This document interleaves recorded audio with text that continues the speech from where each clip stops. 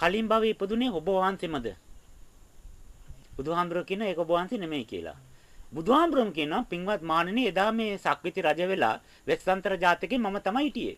එදා මගේ උපස්ථානක වශයෙන් ආනන්ද තමයි හිටියේ. එදා ඒ ගොවිතැන් කරගෙන හිටියේ සාරිපුත්ත කියලා බුදුහාමුදුරුවෝ සෙට් එකක් කියනවා. ඒතර බුදුහාමුදුරුවෝ කියනවානේ ඒ හිටපු කෙනා මම නෙමෙයි. හැබැයි හිටපු කෙනා මම තමයි කියලා. මොකද්ද මේ කතාවේ තේරුම? මේක චිත්තානුපස්සනාව තුළ ගොඩාක් ගැඹුරු එක බමුණුත් මේක දන්නේ නැහැ. ගොඩාක් බමුණොන්ට rahat වෙන්න බැරි බමුණුත් ඔය කතන්දරේ දන්නේ නැහැ. මේක දන්නේ බුදුහාමුදුරුවෝ විතරයි.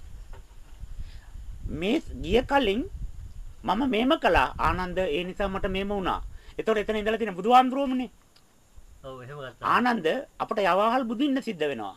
ඇයි භාග්‍යතුන් වහන්සේ? ඇයි මම එක්තරා භවයක මේම වළඳනකොට මේ මුඩුමානට කවුද සුවඳල් පූජා කළේ?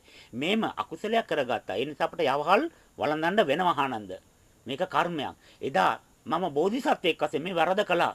ඒකට දඬුවමක් දැන් අපට විඳින්න සිද්ධ. එදා එතකොට ජෝතිපාල මානව කියලා හිටියේ කවුද? බුදුහාමුදුරනේ. එතකොට ජෝතිපාල මානවකයා බුදුහාමුදුරන්ද කියලා කිව්වම නෑ කියලා කියනවා. එයා මම නෙවෙයි කියලා කියනවා. හැබැයි එයාම තමයි මම කියලාත් කියනවා. මොකද්ද මේක ඇත්ත? අභිධර්ම එක තැනක භාග්‍යවතුන් වහන්සේ ප්‍රකාශය කරනවා. එක චිත්ත වීතියක් ඒක. ඒ චිත්ත වීතිය කොහමද පරිවර්තනය වෙන්නේ? චිත්ත වීතිය කොහමද එයා බවටපත් වෙන්නේ? එහෙම නැත්නම් එයා මෙයා බවටපත් වෙන්නේ කියලා කියන ඒක කිසිම කෙනෙකුට තේරුම් ගන්න බෑ. ඒ කියන ක්‍රමවේදය තුල. දැන් බලන්න මේ ප්‍රාණ ශක්තිය මේ විශ්වය හැමතැනම තියෙනවානේ. මේ පෘථිවිය හැමතැනම ප්‍රාණ ශක්තිය තියෙනවා. එතකොට අපි යම් කිසි ශක්ති විශේෂයක් මේ ප්‍රාණ ශක්තියට එකතු කරනවා. ශක්ති විශේෂය ප්‍රාණ ශක්තියට එකතු කරනවා කියනකොට ශක්තියක් එකතු වෙනවද? ඇත්තටම නෑ. එහෙම එකක් එකතු වෙන්නේ නෑ. ඒ අණු වල වෙනස් වීමක් ඇති වෙනවා. ඒ අණු වල භ්‍රමණ වේගය වෙනස් වෙනවා.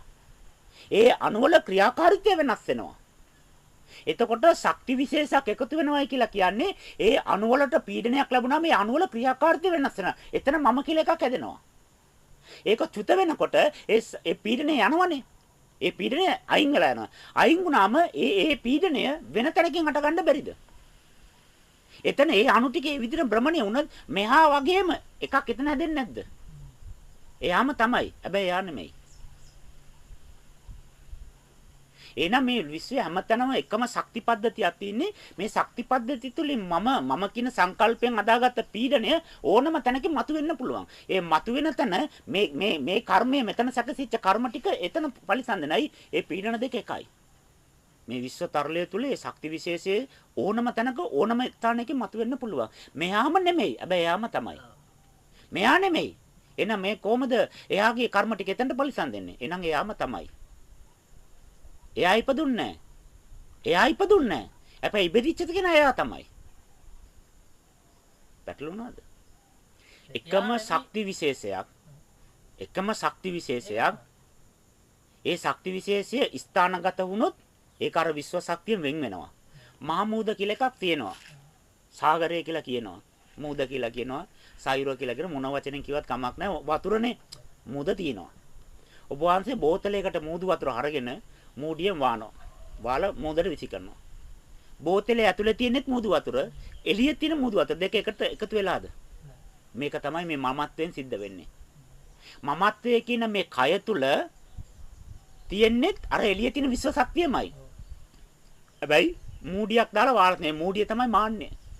මේ මූඩිය ගැලෙව්වාම වතුර ටික අර මූදත් එක්ක එකතු වෙනවා. එකතු වුණාන් පස්සේ එහෙම කෙනෙක් නැහැ.